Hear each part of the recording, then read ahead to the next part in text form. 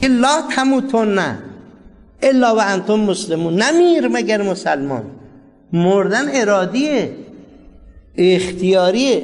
میگه لا تموتن، نمیر مگر مسلمان، یعنی میخوای بمیری مسلمان بمیر، یعنی مردن ارادیه، مردن اختیاریه، مسلمانی هم اختیاریه. خب پس بنابراین اینی که میگیم آخه من چه میدونم کی میمیرم که مسلمان باشم، یا آقا همیشه مسلمان باش که هر موقع مردی مسلمان مرده باشی. خب این مال مسلمانیش، مردنش چی؟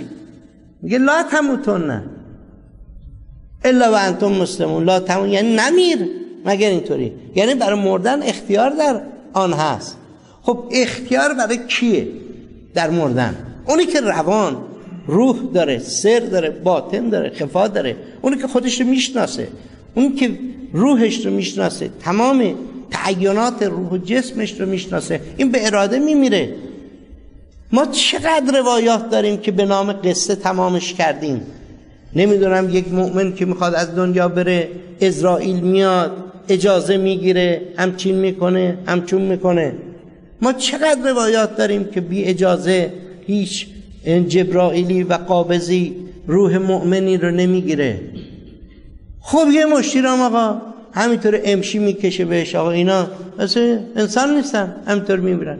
بسیاری از انسانها انسان نمیمیرن اصلا، با مردن قالب از او در میاد، یعنی همونطور لباسش از تنش در میارن، کاروات و پاتیون و امامون و عبا و قبا رو همه رو ازش در میارن. این وقتی میمیره تمام این تعینات میریزه رو زمین، خودش ظاهر میشه. حالا این گرگ، شیر، شاقاله، مامور، چسب، مگس، سوسکه، اگه آدم خودشو ببینه سکته بود، اگه آدم خودشو ببینه نفله میشه. یک کت شلوار تمیز تنش کرده خیال میکنه همین